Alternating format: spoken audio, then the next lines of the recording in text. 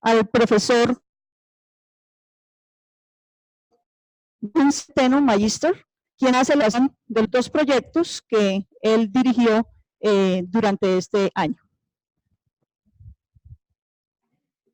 Buenas tardes. Me corresponde presentar las investigaciones de Andrés Restrepo, de Rode y de Adner. Entonces están involucradas a dos proyectos diferentes. Los estudiantes Rode Santos y Adner Rivera trabajaron en el proyecto Pentecostalismo en Colombia y su investigación fue el uso de los dones de lengua y profecía, el estudio de dos casos en la ciudad de Medellín. Nosotros iniciamos el proyecto de Pentecostalismo en la institución en el 2012. Hemos investigado diferentes temáticas al interior del pentecostalismo colombiano, que representa aproximadamente el 65% de la iglesia en Colombia. Y hasta el momento no había tenido un par de estudiantes que se animara, casi que osara, a meterse con las lenguas, el don de lenguas al interior de la iglesia. Entonces ahora estoy dudando si son pentecostales o no, pero ya ustedes lo escucharán en un momento. Del otro lado tenemos un proyecto de la relación de la FUSBC con la iglesia, elaborado por el estudiante Andrés Restrepo, que se titula Evaluación del aporte de la FUSBC a sus estudiantes en la formación ministerial. Iniciamos este proyecto de relación de la FUSBC con la iglesia en el 2013 y hemos trabajado básicamente la relación a través de la práctica profesional ministerial. 2013, el estudiante Javier Montoya, 2014, la estudiante Ginette Díaz, ya egresados, y ahora Andrés ha hecho un análisis de las competencias ministeriales transversales en la práctica profesional. Se puede apreciar y disfrutar de estas exposiciones. Muchas gracias.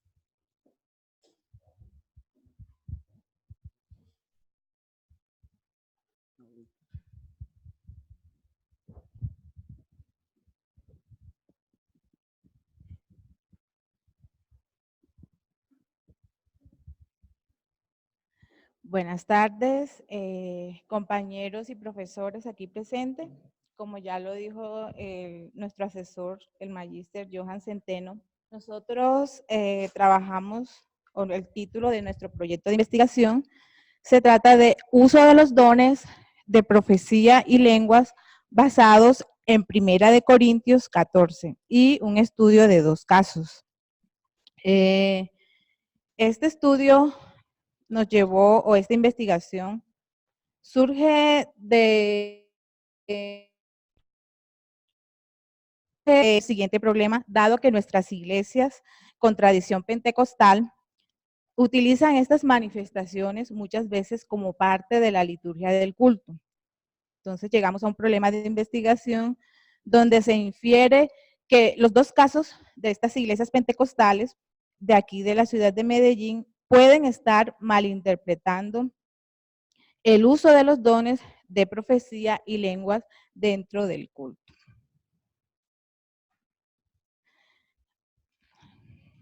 Dentro de la pregunta de investigación, de acuerdo a la tradición pentecostal, nosotros notamos un problema en cuanto al uso que corresponde esta práctica de los dones de profecía y lenguas con las indicaciones que se encuentran en la escritura, puntualmente en 1 Corintios 14. Nosotros nos basamos en, digamos que en mirar y hacer el exégesis de qué decía este capítulo, qué decía la Biblia acerca del uso de los dones, cómo debería ser el uso de los dones dentro del culto. Llegamos a el objetivo general de este proyecto, que era evaluar el uso de los dones de profecía y lenguas en dos casos, en dos iglesias pentecostales, IEC Interamericana, de aquí de la ciudad de Medellín, y hacer un paralelo a la luz de 1 Corintios 14. Esto con el fin de dar una mejor concepción de dichos dones para estos dos casos o para estas dos iglesias, ya que el uso de la profecía y el uso de las lenguas ha sido, digamos que uno de los, de los dones que vemos en la liturgia, en nuestro devenir cúltico. Entonces, por eso, nuestro objetivo general es evaluar si estos dos dones se están llevando correctamente según Primera de Corintios 14. Dentro del marco de investigación, teniendo en cuenta esta investigación en Primera de Corintios 14 y las entrevistas que se hicieron, se utilizó una metodología de investigación cualitativa. Esta investigación cualitativa, el método de estudio que se propone evaluar, dice que pondera e interpreta la información con el propósito de indagar el significado más profundo de lo que estas dos iglesias creían o entendían de estos dos dones. La población con la cual se trabajó en estos dos casos fueron líderes de opinión, líderes y ancianos, entre ellos hombres y mujeres de las dos iglesias, con una muestra de 5 líderes de cada caso analizado. El instrumento de investigación fue una entrevista semiestructurada. Esta entrevista despliega una estrategia mixta, alternando preguntas estructuradas con preguntas espontáneas.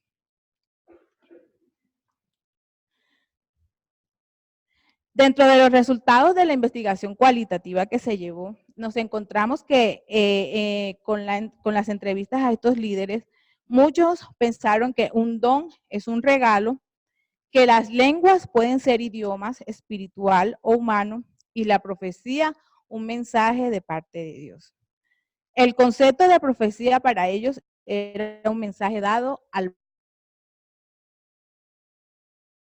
se modelan o controlan por medio del liderazgo o la evaluación según la palabra. Los dones de profecía y lenguas deben ser usados responsablemente y para edificación de la comunidad eclesial. Otros resultados fueron que los dones tanto de profecía y lenguas son manifestaciones del Espíritu, otorgadas a cada quien como él quiere y para la edificación. Los dones de profecía y lenguas no son capacidades innatas en las personas. El don de profecía sirve para la edificación, consolación y exhortación.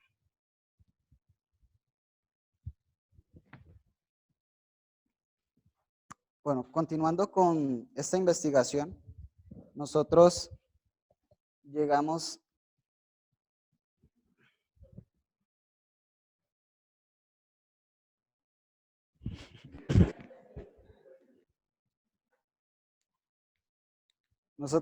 a las siguientes conclusiones. Las lenguas como medio de edificación y experiencia personal. Las lenguas, nos referimos al don de lenguas, que no es una manifestación de medida espiritual del creyente. El don de lenguas es una expresión de alabanza a Dios. También es una señal para el no creyente, pero también concluimos que la profecía sobrepasa esto por su comprensión, y ahora lo vamos a ver. Entonces, es una señal, la profecía, que conlleva la conversión de los incrédulos. Esto basado en el texto y en lo que nos dijeron también los entrevistados. Otras conclusiones a las que llegamos es que el don de profecía y esto es por lo que está expresando el apóstol Pablo en 1 Corintios 14. Hay una prioridad de edificación en comunidad que sobrepasa lo individual. Las manifestaciones son para edificación, pero una edificación colectiva. En esa medida hay una valoración del don de profecía sobre el don de lenguas, dada su comprensión o inteligibilidad. Ahora, en cuanto a profetizar, nosotros concluimos que se trata de predicación. Predicación en el sentido de dar un mensaje de parte de Dios a la iglesia. no es precisamente lo que se está hablando ahí en 1 Corintios. Pablo no está diciendo que es predicar, pero la profecía sí contiene el mensaje de Dios. En esa medida, Pablo también dice que debe haber decoro respecto al uso de los dones. Otra de las conclusiones es que allí vemos directrices para las manifestaciones o los dones en la congregación. No son para un grupo selecto. En medio de las conclusiones también nosotros generamos algunas líneas de investigación. Algunas a modo de interrogante, como ¿cuáles serían los géneros del discurso profético? Otra, ¿cuál o cómo debería ser el discurso profético? Otra línea de investigación es un estudio histórico del entendimiento de profecía como predicación. Esa profundización de lo que sería predicación. Otra línea de investigación, a modo de pregunta, es cómo se lleva a cabo edificios de profecía y lenguas en una persona. Continuando con esta parte de las líneas de investigación, nosotros nos preguntábamos cómo se deben definir los misterios que habla allí Pablo y cómo deben ser entendidos. También vemos la importancia del don de lenguas dentro de la espiritualidad pentecostal, entonces lo definimos como una línea de investigación, así como la predicación actual como formato de profecía que evidencia a Cristo. Otra línea de investigación a la que llegamos es la evangelización en la liturgia pentecostal por medio de las manifestaciones del Espíritu. Ahora bien, los aportes a nuestra comprensión teológica, algunos de los aportes que nosotros colocamos allí es dentro de las manifestaciones espirituales en la liturgia de la iglesia. Nosotros también llegamos a comprender cuál debe ser el uso de los dones de profecía y lenguas en el culto. Es a lo que está apuntando allí el apóstol Pablo. También nosotros percibimos que los dones de profecía y lenguas son para edificación individual y comunitaria, pero como lo dije anteriormente, lo comunitario prima sobre lo individual. Otro de los aportes de la investigación para nosotros como teólogos es entender el don de profecía como una señal evangelizadora. Y esto por lo que dice el apóstol Pablo allí en cuanto a conversión, de aquel que entra y ve esta expresión, esta manifestación, entonces los secretos de su corazón, dice el texto bíblico, quedan al descubierto. Entonces él se postrará. 14. En ese sentido nosotros colocamos evangelizador.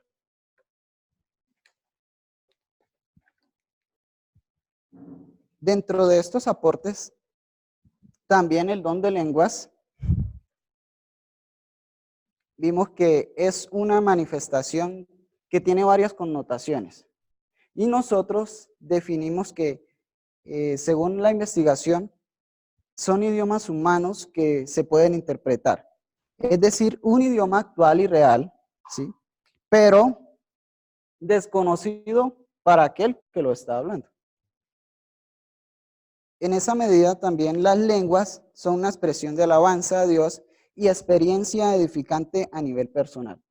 Esto es algo que vimos en el texto y también parte de las entrevistas, parte de las respuestas de las personas es que es una edificación individual con Dios. En esa medida se hace importante el concepto de la comprensión. Algo que vimos fundamental allí en 1 Corintios 14 es que Pablo dice que para que haya edificación debe haber comprensión, inteligibilidad. Otro de los aportes de la investigación a nuestra teología es entender que las manifestaciones del Espíritu no son de un grupo selecto, sino para toda la comunidad. Y Pablo allí menciona algo sobre las mujeres, pero no significa que haya una exclusión, y por eso colocamos que no es para un grupo selecto. Pablo está hablando de una participación de toda la congregación, está dando ciertas directrices, y evidentemente allí entran las mujeres, pero la edificación, la participación de todo esto, sea unidad. Una última apreciación que nosotros vimos es la contribución de las manifestaciones en la participación y comunión en el culto. Estas son, bueno, algunas de las apreciaciones y parte de los aportes, porque aquí ya termina nuestra presentación. Muchas gracias.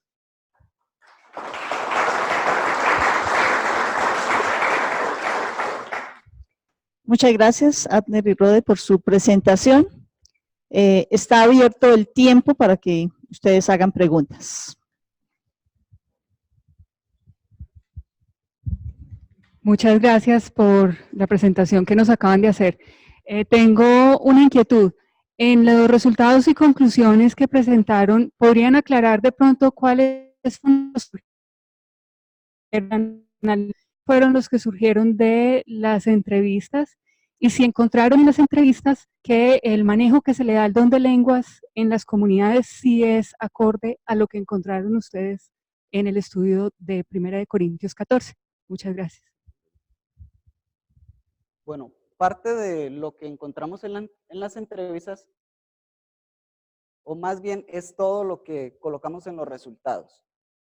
Esto es todo lo cualitativo y son las respuestas de los entrevistados. Entonces, que el don es un regalo, las lenguas pueden ser idiomas humanos o espirituales, que hay un concepto de profecía como un mensaje dado hacia el futuro. Los dones se modelan o controlan por medio del liderazgo y la evaluación de la palabra. Entonces, los resultados que colocamos aquí es todo lo que ellos mencionaron. Vimos que estaba relacionado con la palabra. Nosotros sí vimos algunas relaciones, y entre esas que el don es un regalo, ¿sí? Es una evidencia de Dios, es Dios quien lo da, y eso es lo que la mayoría, un 80%.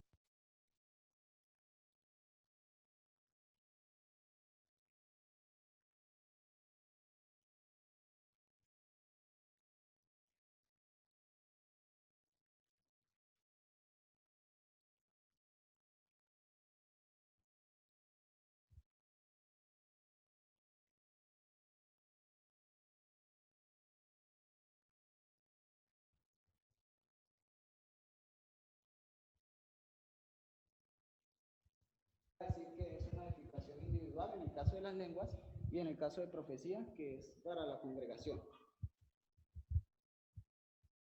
Sí, los resultados notamos que eran muy generales. Al decir lenguas, profecías, casi no sabían definir cómo se edificaban ellos con esas dos manifestaciones. Y en el culto, la modelación o lo que ellos dicen, juzgar la palabra, tampoco asumían el hecho de que ellos mismos tenían que mirar si estaban conforme a la palabra, sino que delegaban eso al líder, al pastor, que él sea el que, pues, que diga si está bien, si está acorde. Entonces notamos que eran como muy generales con respecto a eso. Gracias. ¿Alguien más? Me gustaría saber si ustedes notaron alguna diferencia en el uso de los dones dentro de las dos iglesias.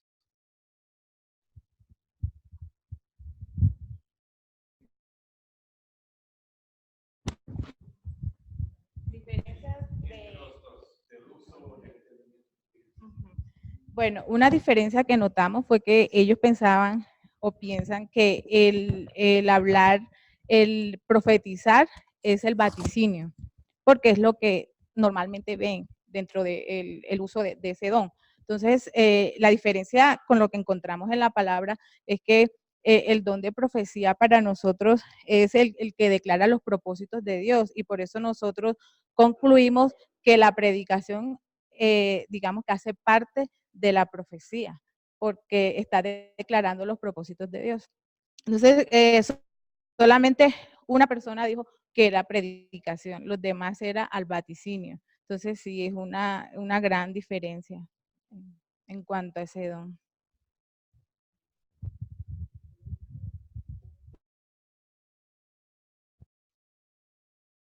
Muchas gracias a Rode y a Atner por su presentación.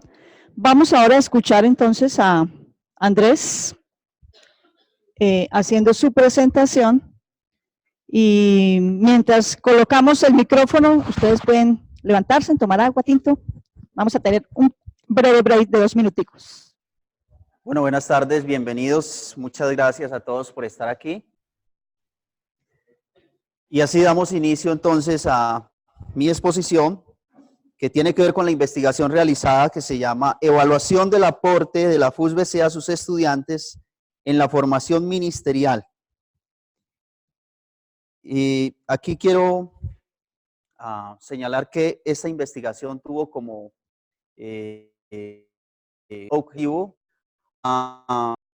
pues investigar lo que tiene que ver con la práctica profesional ministerial. Y una de las bases para esta investigación fueron las competencias transversales de la FUSBC, que son amar a Dios y al prójimo, establecer relaciones y vínculos fuertes con otros que le permitan ser vulnerable, reconocer su rol como siervo en la comunidad, abrirse a dar y a recibir de la comunidad a la que sirve, y quinto, articular y aplicar la teología que corresponda al contexto y ministerio donde desarrolle su práctica. Entonces, siendo así, continuamos. El problema de investigación tiene que ver con que no se conoce de manera documentada cuál es el aporte de la FUSBC en la formación ministerial transversal de sus estudiantes del grado. Puede dificultar que se hagan mejoras en el proceso de formación con miras a obtener o por así decirlo, tener mayor calidad en el proceso de formación. La pregunta de investigación es: ¿cuál es el aporte del programa presencial de teología de la FUSBC en la formación ministerial transversal de sus estudiantes? El objetivo general es identificar y evaluar cuál es el aporte de la FUSBC a sus estudiantes en la formación ministerial como competencia transversal del programa de teología en la modalidad presencial. El marco de la investigación es la metodología de investigación cuantitativa y cualitativa. El tipo de investigación es mixta. Y el alcance, pues acá yo lo puse FUSBC, pero es un alcance que tiene que ver con la práctica ministerial y que es una fase exploratoria y descriptiva. En cuanto a la población, es estudiantes de séptimo semestre en adelante y egresados de los años 2017 y 2018. La muestra, en cuanto a estudiantes y egresados, corresponde al 57%, al 57 estudiantes, y la encuesta tuvo una participación del 33.3% de los estudiantes y egresados. En cuanto a las carpetas de práctica que se estudiaron, corresponde al 78,9%. También se entrevistaron a 4 profesores de los experiencia en el proceso de las clases de práctica ministerial y 5 monitores de diferentes denominaciones y que tuviesen bastante experiencia en el área, de modo que tuviéramos una participación más objetiva y donde todos estuvieran más incluidos. En cuanto a los instrumentos de recolección de los datos, fueron la encuesta, las entrevistas y la revisión de archivos como las carpetas de práctica. En cuanto a resultados,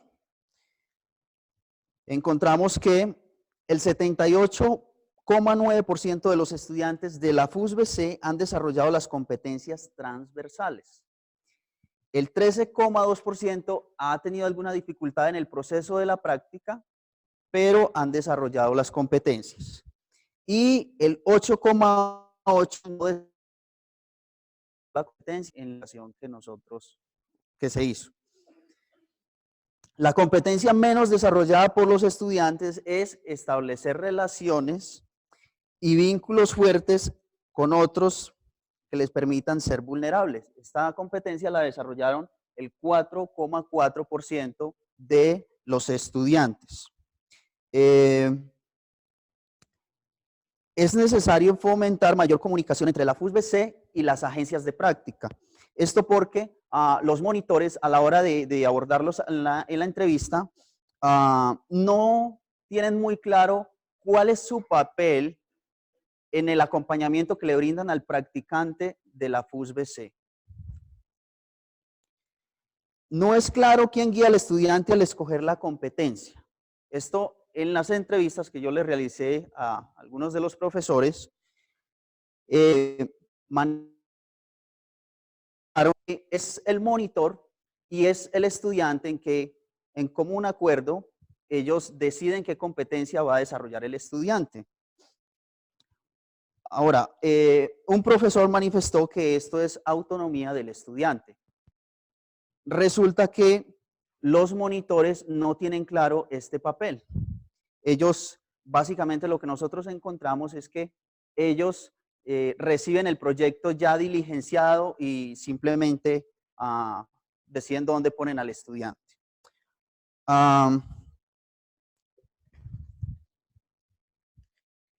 Más resultados. El 57,8% de los estudiantes y egresados confunde las competencias con las actividades ministeriales. Cuando yo les pregunté en la encuesta cuáles eran las competencias transversales,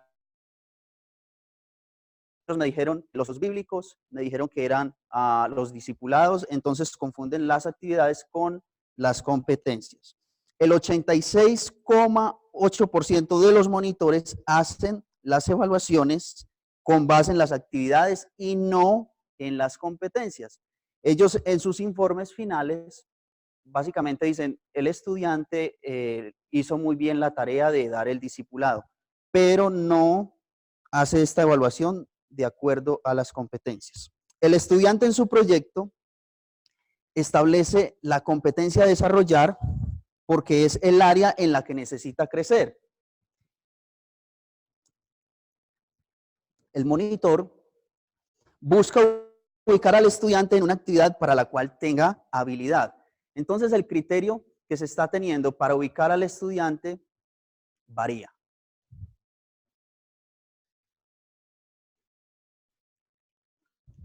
El género no influye de manera relevante en la forma como hombres y mujeres están desarrollando las competencias y los ministerios. Básicamente lo que nosotros encontramos es que los estudiantes, tanto hombres como mujeres, están realizando las mismas actividades y las evaluaciones que están obteniendo por parte de su monitor son básicamente las mismas. No hay seguridad si las competencias transversales requieren rotación para ser desarrolladas. Esto en las entrevistas, los profesores que entrevisté, algunos manifestaron que para desarrollar la competencia no es necesario, no sería necesario en algunas ocasiones que se dé la rotación, sino que el estudiante puede adquirir las diferentes competencias en la misma actividad ministerial.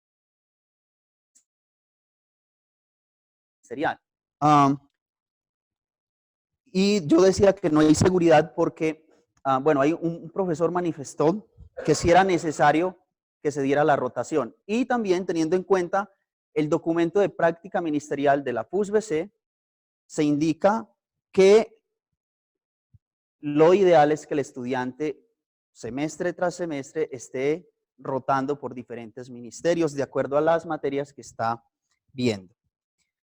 Otro resultado es que el 42,1% de los monitores son los que deciden en qué ministerios y en qué actividades se vinculan los practicantes. A esto está ligado que el 73,6% de los encuestados afirmaron que sirvieron en la misma actividad ministerial entre 3 años y toda la carrera.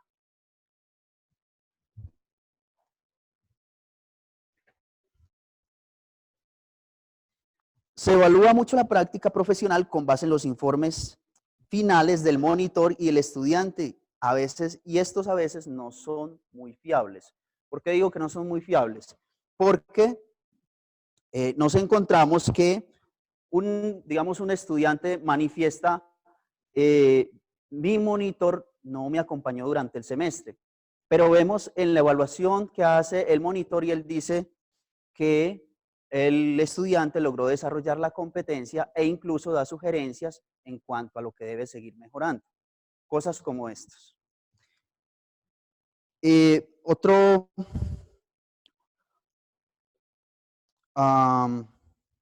Algunos estudiantes realizan las actividades que poco tienen que ver con las materias vistas en el semestre. Y esto, digamos, hay un estudiante que está en los últimos semestres y está realizando actividades que serían más acordes para, digamos, un estudiante que está en segundo año o tercer año. Otro resultado es que puede haber dificultades cuando se da el cambio de profesores para la práctica ministerial profesional. Nosotros en la investigación encontramos que el profesor, cuando se da el cambio de profesor, entonces el profesor no sabe si el estudiante que recibe ya ha desarrollado algunas competencias o no ha trabajado ninguna. Entonces, esto puede generar, digamos, algunos inconvenientes en que el profesor no pueda, digamos, hacer seguimiento de manera más adecuada al estudiante. Algunos estudiantes para esta autoridad y esto les trae inconvenientes en su práctica ministerial, debido a que no se relacionan muy bien a veces con los monitores. En esta parte, el 13,2%, como les mencionaba al inicio, tiene dificultades en el ejercicio de su práctica. En cuanto a las conclusiones, entonces, podemos decir que el 68,9% de los estudiantes está desarrollando bien las competencias, pero se deben hacer mejoras en el proceso de formación. Hay que desarrollar más la competencia de establecer relaciones y vínculos fuertes con otros que le permitan ser vulnerable. Entonces, sugiero que la FUSBC mire qué se puede hacer para mejorar esto. Hay que hacer claridad sobre quién guía al estudiante al escoger la competencia a desarrollar, puesto que no es claro quién guía al estudiante en este proceso. Hay que aclarar a monitores y estudiantes cuáles son las competencias transversales, puesto que algunos las confunden. Aclarar a los monitores y estudiantes que la evaluación final se debe hacer considerando el desarrollo de las competencias y no las actividades. Es necesario que la FUSBC aclare cuál debe ser el criterio para que se haga la rotación del practicante.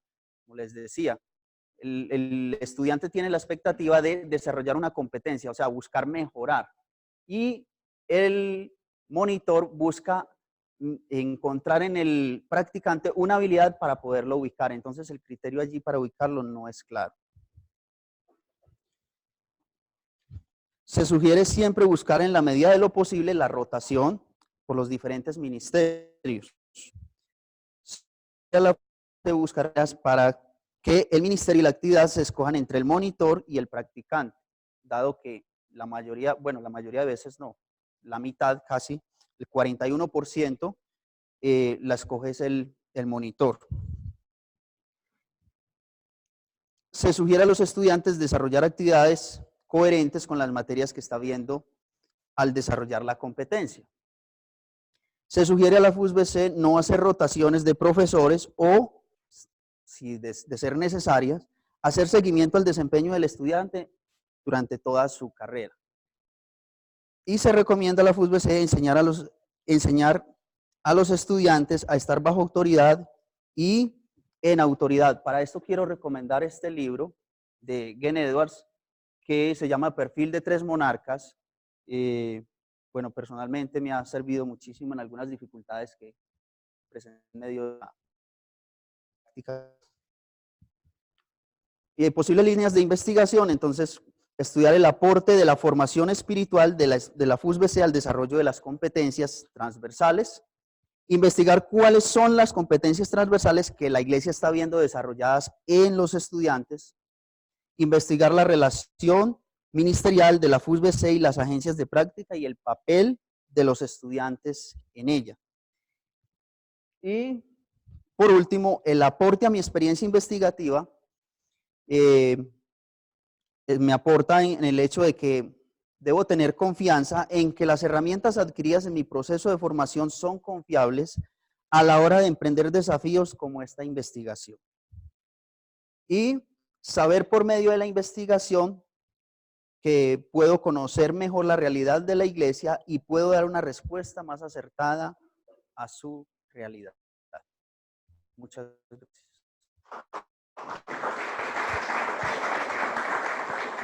Damos gracias a Andrés por esta exposición. Como ustedes ven, un tema diferente, pero como lo mencionó su asesor, algo que ya habíamos trabajado en otras investigaciones. Entonces, abrimos el tiempo. Si usted tiene alguna pregunta, por favor, me levanta la mano.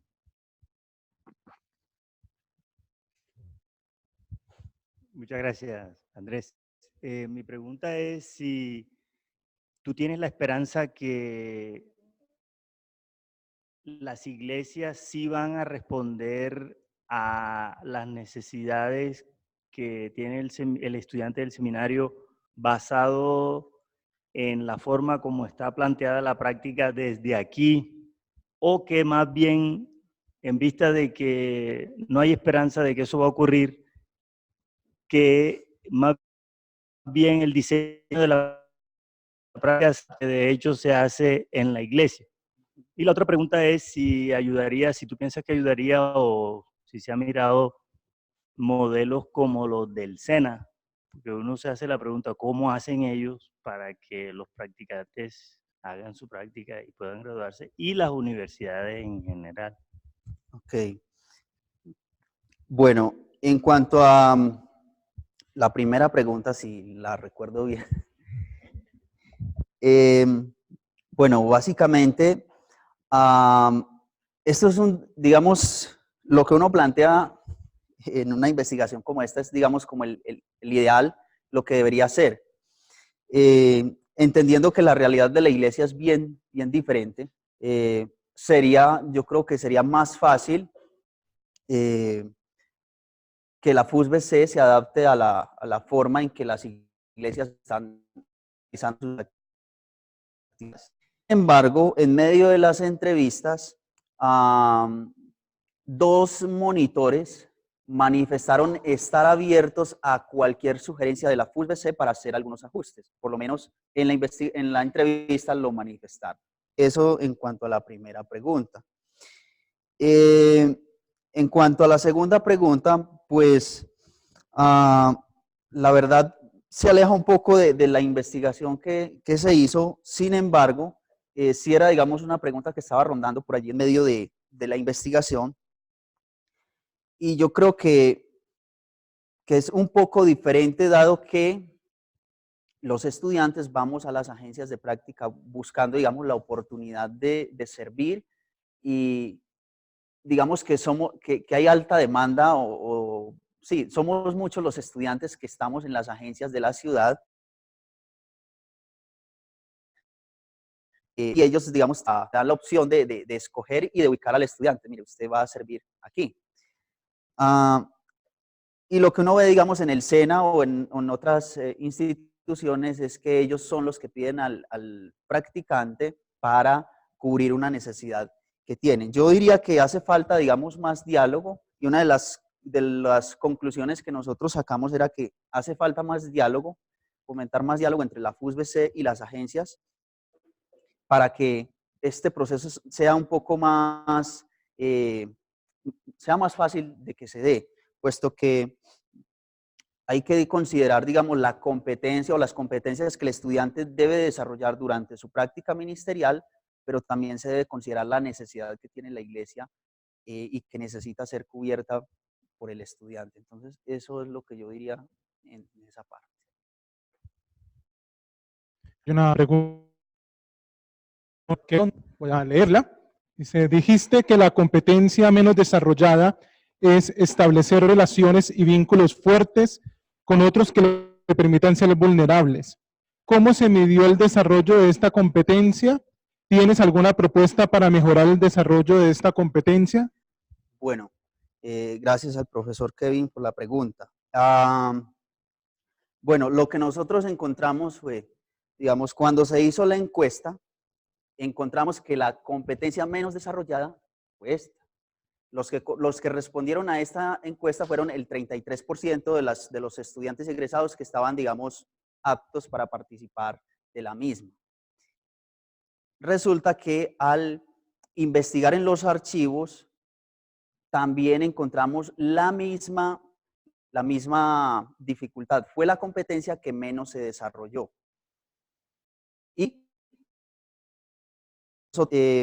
estudiamos y sentábamos las bases para la investigación. Nos encontramos en que unas características que debe tener, digamos, o que son consideradas que debe tener un buen líder cristiano, digamos, la competencia en que menos estaba representada en estas características era precisamente esta. Entonces, de esa forma fue como se hizo. Y formas de mejorar, yo diría que hay que trabajar muchísimo. Yo personalmente estoy muy agradecido con la institución por tener un mentor. Yo diría que hay que tratar de fomentar, de mejorar, digamos, este tipo de relaciones y mirar qué otras relaciones similares se pueden dar. Muchas gracias nuevamente, Andrés, y gracias a ustedes. Quiero ir a la Mr. Stoner, quien nos va a presentar el proyecto y a la persona que ella ha asesorado.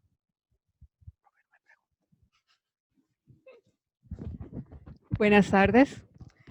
Es un gozo para mí tener la oportunidad en esta tarde de presentar para su socialización el trabajo de grado del estudiante Juan David Correa, Estrategias homiléticas para sermones memorables.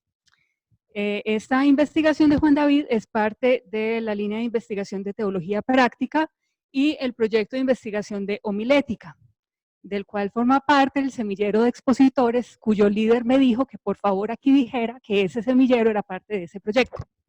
El líder es Luis Eduardo, ¿sí? En este proyecto de investigación se procura identificar prácticas y estrategias que enriquecen la predicación con el influencia en la proclamación de la palabra. La investigación de Juan David Correa hace una contribución interesante en este proyecto, por ser un esfuerzo por aprender a partir del punto de vista de los feligreses que escuchan sermones dominicales semana tras semana, cuáles son aquellos factores que contribuyen para que un sermón particular se fije en su memoria por más de un año.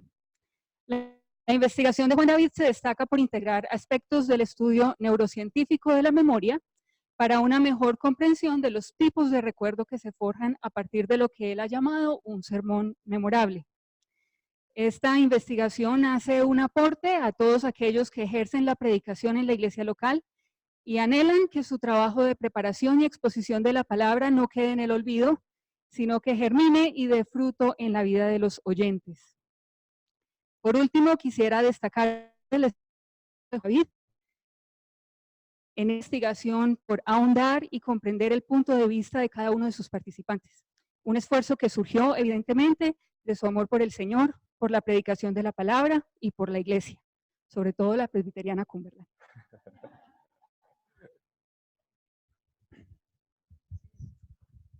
Buenas tardes. Señor los bendiga. Voy a invitarlos a que abran sus Biblias. No, mentira. Como ya mi asesora muy bien dijo, mi nombre es Juan David Correa. Mi proyecto estuvo llamado Estrategias o Herramientas Homiléticas para Sermones Memorables. Y fui asesorado muy bien, gracias a Dios, por la Magister Saskia Donner. Esta investigación surge debido a que es probable que el sermón sea el medio de edificación más usado y de más alcance en las iglesias, por lo menos para edificar a los adultos. A la par, es cada vez más difícil que un adulto promedio logre recordar un sermón que se predica debido a las grandes competencias y los retos que genera la era de la telecomunicación y muchas otras cosas. Eso hace que cada vez sea más difícil encontrar personas que anhelen recordar y que sean capaces de recordar bien lo que una persona predica un domingo. A partir de ahí se hace bastante interesante tratar de identificar qué factores contribuyen para que una congregación o para que una persona de una congregación pueda recordar un sermón por más de un año. Esto con el objetivo de identificar elementos que ayudan a la persona promedio de la iglesia a recordar el contenido de un sermón. La metodología cualitativa, recordemos que esta metodología básicamente trata de ahondar y profundizar en buenas respuestas, no de ser algo representativo, no buscamos representatividad, no buscamos generalizar respuestas, sino profundizar. Utilizamos unas entrevistas semiestructuradas. La población a la cual se entrevistó fueron cristianos de la Iglesia Presbiteriana Cumberland, de la cual yo soy miembro y sin la cual no hay salvación.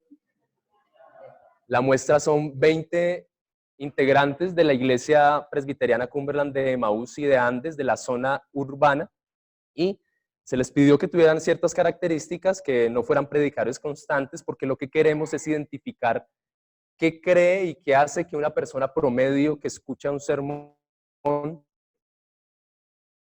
puede no identificar qué es lo que creemos nosotros los predicadores que funciona. Fueron mayores de 20 años con alguna carrera o que estuvieran por lo menos cursándola para que hubiera cierta homogeneidad en la muestra, que tuvieran al menos 3 años asistiendo a la misma iglesia, esto con el fin de que no hubieran tenido ciertos cambios drásticos en sus últimos años de peregrinaje cristiano, y que esto no fuera a afectar de manera determinante su visión o su forma de escuchar los sermones. Y se les pidió también que no tuvieran un ministerio, tal como el de educación cristiana, por ejemplo, las maestras que no continuamente pueden estar escuchando sermones, que en el año posiblemente escuchan menos sermones que la persona promedio que está allí sentada. Los resultados se agruparon en 4 grandes temas. Análisis abierta, axial y una agrupación temática que arrojó 4 temas que vamos a presentar a continuación. El primer gran resultado fue la relación del sermón con la vida con la congregación y del predicador. Y ustedes pueden ver, hay cuestiones relacionadas con la persona que escucha el sermón, y dentro de esas están estos subtemas, sermones que responden a una necesidad puntual de las personas, que conectan con una situación de la persona, sermones que son útiles o aplicables, que corrigen doctrina o actitud, que cambian la cosmovisión de quien lo escucha, sermones que retan o sermones que generan impacto emocional. También dentro de este gran tema se encontró que era bastante memorable los elementos relacionados con el predicador, más que con el solo sermón. Muchas personas resaltaron que la vida mucho para su memoria de lo que él predicaba, sermones recordados por asuntos también negativos del predicador o por el hecho simple de que haya habido un predicador diferente, con alguna característica diferente. Otro de los grandes temas fue el contenido interesante, profundo y claro.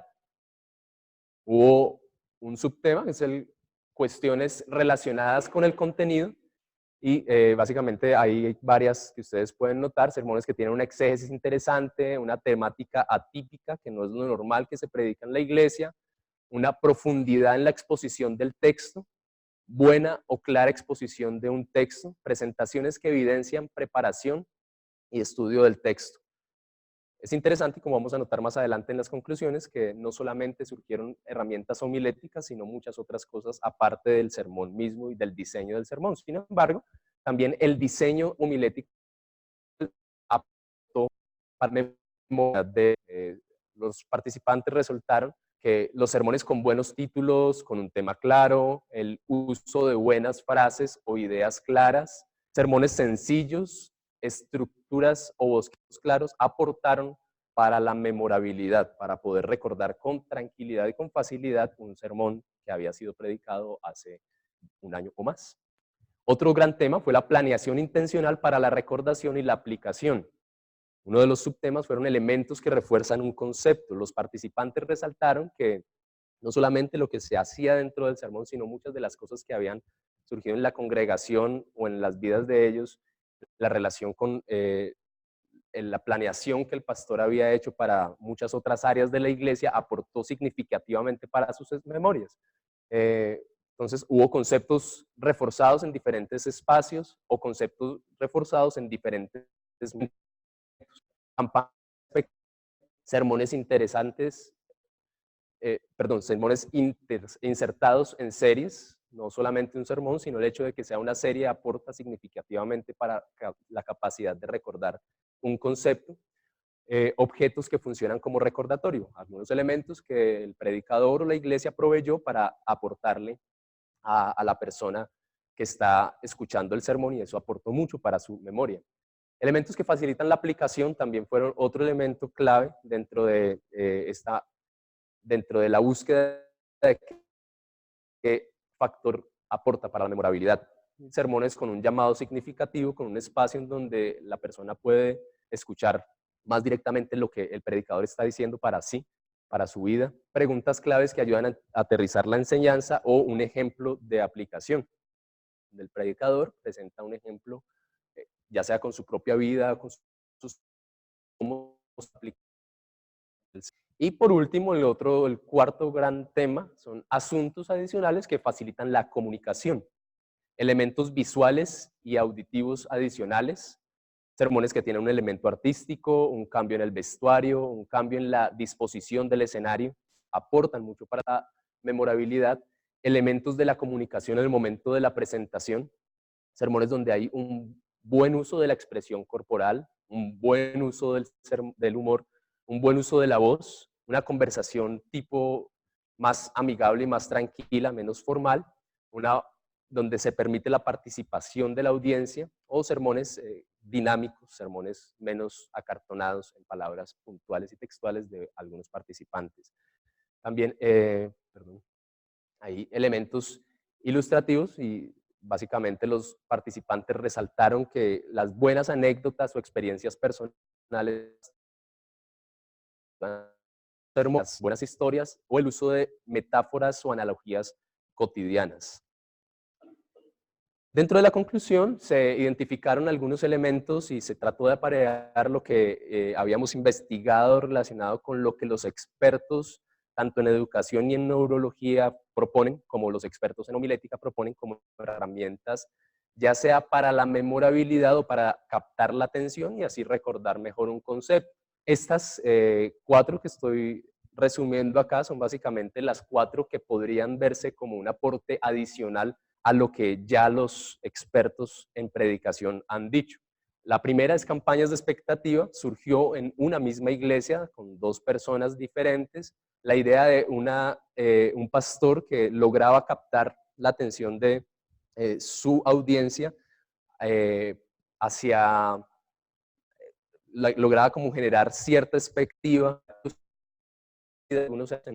a través de la visitación constante, la visitación a diferentes personas de la iglesia, en donde se regaló un cuadro con una imagen alusiva a lo que iba a ser un sermón futuro, se cantó una canción relacionada y se habló un poco del tema. Cuando el pastor predicó el tema en la iglesia, esto facilitó muchísimo la memoria, por lo menos de quien me estaba respondiendo. De la misma manera, el mismo pastor que suele coleccionar un animal, figuras de un animalito, logró generar cierta expectativa en su audiencia, y en el momento en el que predicó algo relacionado con ese animal, las personas pudieron recordar fácilmente el sermón. Era algo bastante novedoso y que por lo menos en la documentación revisada no se había encontrado. Relación entre el predicador y el texto. Esto también fue bastante clave, pues parte de lo que los expertos proponen está más centrado en el sermón como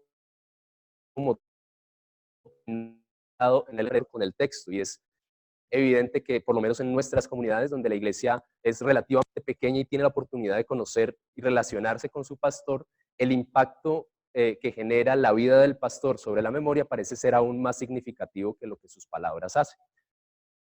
Cuestiones relacionadas con el contenido también fue bastante interesante, porque lo que esperábamos era encontrar más herramientas homiléticas, herramientas de la forma, y curiosamente muchos de los entrevistados sugirieron que parte de lo que más les ayudaba para recordar un sermón tenía que ver con el impacto que este había tenido por su contenido mismo, porque hubiera sido una buena exposición del texto, o porque hubiera cambiado su cosmovisión acerca de algún elemento de la vida cotidiana, o porque sencillamente hubiera evidenciado el predicador que estaba bien preparado para exponer el texto.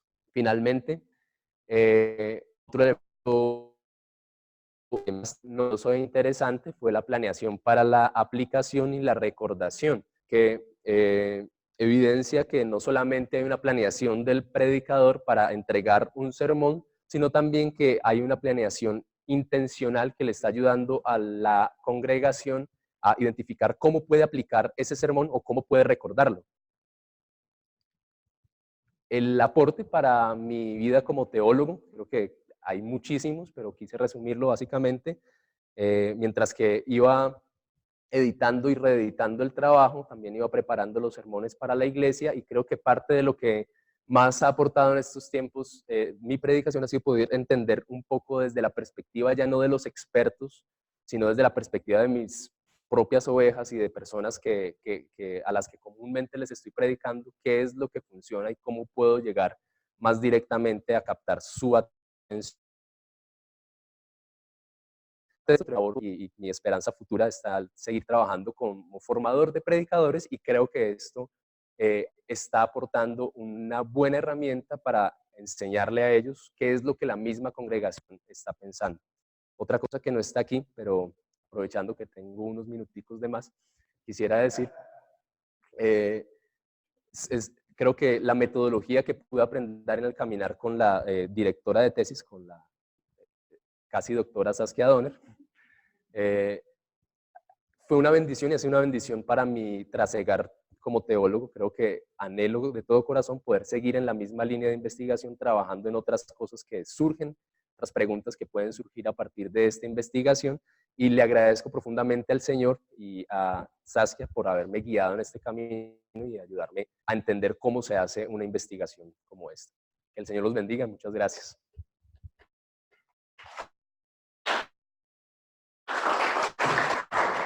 Muchas gracias a Juan David.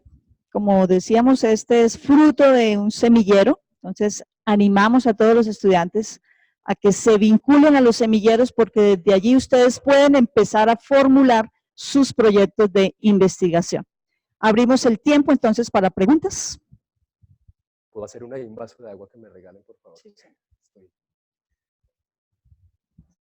seco. Muchas gracias, Juan David. Disfruté mucho lo que expusiste de tu investigación. Me pregunto, en este esfuerzo de buscar lo memorable de un sermón, si la neurociencia o tu investigación dice algo sobre una situación que a mí se me presenta.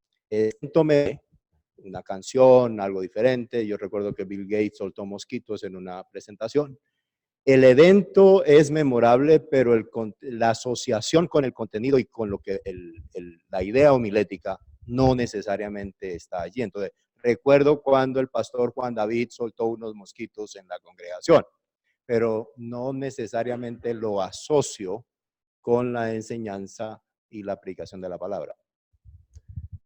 Excelente pregunta, muchas gracias, profe. Creo que esa era una de las presuposiciones que yo tenía previo a hacer la investigación, pues creía que habían estrategias homiléticas que comúnmente distraían del punto central del contenido de la predicación. Curiosamente me encontré con que no, por lo menos las personas con las que estuve trabajando son personas promedio de la iglesia, de una iglesia promedio.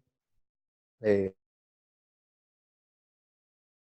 mayoría encontraron que lo que más les había impactado era el tema o el contenido mismo del sermón. Hubo muy pocas personas que no lograron recordar por lo menos una idea central. Parte de lo que uno encuentra es que sí hay un elemento que impacta a puede ser un elemento auditivo o visual que impacta, pero esto ayuda para que ese elemento, que ese punto central de la predicación sea recordado. Entonces, parte de lo que encontré es que si se aplican bien las estrategias, pareciera ser que la persona sí puede recordar bien el contenido. Gracias. ¿Alguna otra pregunta?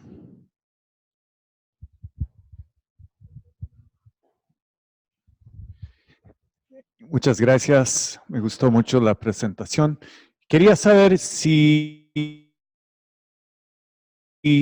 por ahí la memorabilidad en términos de elegir un texto único o usar varios textos a través de la Biblia, si eso impactaba sobre la memorabilidad. Es decir, si predicar sobre un texto o comparado a predicar sobre muchos diferentes versículos, si eso impactaba, si eso formaba parte de del estudio. Ok. Si entiendo bien, entonces la diferenciación entre lo que a veces se conoce como sermón temático, que utiliza diferentes textos para hablar de un solo tema, o sermón expositivo partiendo de un solo texto, ¿cierto? Es la pregunta. Sí, dentro de las respuestas hay ambas cosas. Algunos participantes identificaron que el pastor habló de un tema y de ese tema, exponiendo ese tema, tocó varios textos, pero la gran mayoría de pastores también por el contexto en el que está, forma por el que muchos de ellos han participado en escuelitas de predicación, la gran mayoría de respuestas estaban más centradas en la predicación expositiva de un solo texto. Y no se notó mucha diferencia dentro de las respuestas.